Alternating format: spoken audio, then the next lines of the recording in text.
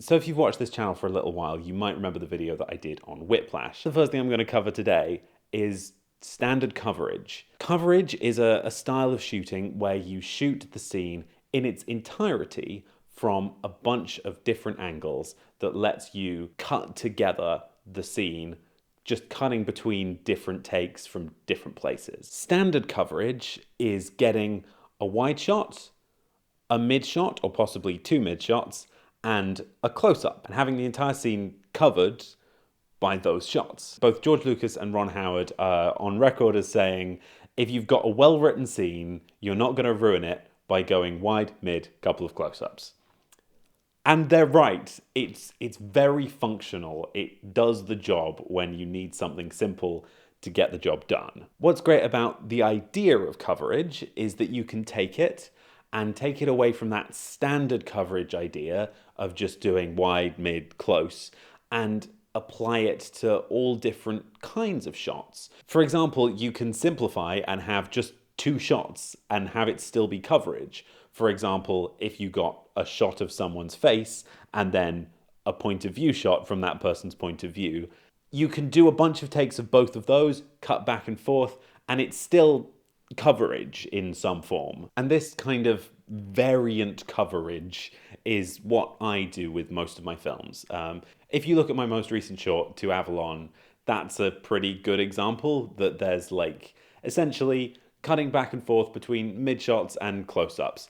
Didn't get a wide shot because we didn't feel like we really needed it. There's some extra bits here and there at the end and with montagey storytelling, but most of it's done just with coverage. Bounce Back is another example of something done in almost standard coverage. There's a couple of like mid shots that are almost close-ups and a couple of really close close-ups, and the entire scene basically plays out like that, aside from like a couple of extra shots here and there. And those extra shots can be really useful for storytelling. For example, this shot here, when he's talking about trying to get out and escape, and you get the reflection of the trees almost putting him in a net, in a cage. That's some pretty powerful imagery, but we're still basically just doing coverage. Of course, we've been talking about coverage a lot so far in terms of shots of individual actors or wide shots that encompass the entire scene. You can, if you want, do stuff like what Bong Joon-ho frequently does, which is have coverage that focuses on groups talking to each other and the interrelationship between groups. Someone like Paul Greengrass will also commonly use over-the-shoulder shots and use coverage in terms of over-the-shoulder, which lets you connect where the two actors are in the same space. It also feels a little bit like you're spying. All you have to do is look at like the Pulp Fiction Jackrabbit Slims scene to see what you can do with choosing different kinds of shots for coverage. For example, this shot feels very different to this shot. But of course, there is also the option of not shooting coverage at all, which is when we get to oneers. This is something that I've always been scared to do because, my goodness, is it difficult to do well? There's lots of different ways to do oneers. For example, I think I talked about this in the Whiplash video as well.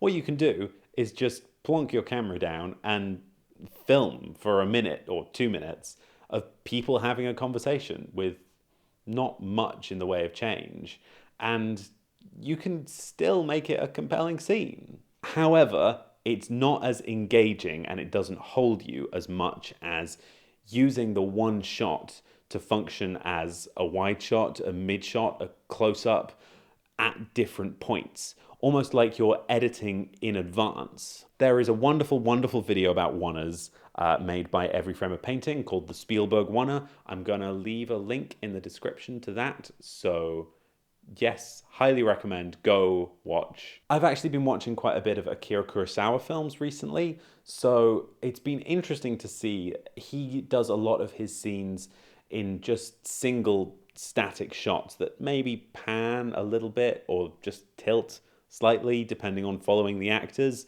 But you can really do a lot by just getting characters to move in the frame. Obviously take this with a little grain of salt because, you know, I'm yet to shoot my crazy Warner short film. It'll happen, just Not done it yet. I think that I've probably rambled for long enough about things that I've learnt while shooting dialogue. I'm just going to thank my patrons on Patreon who help me make these videos and short films, and you for watching. If you want to watch the short films that I mentioned or the videos that I mentioned, I'll do my best to leave links around the place, and I will see you when I see you.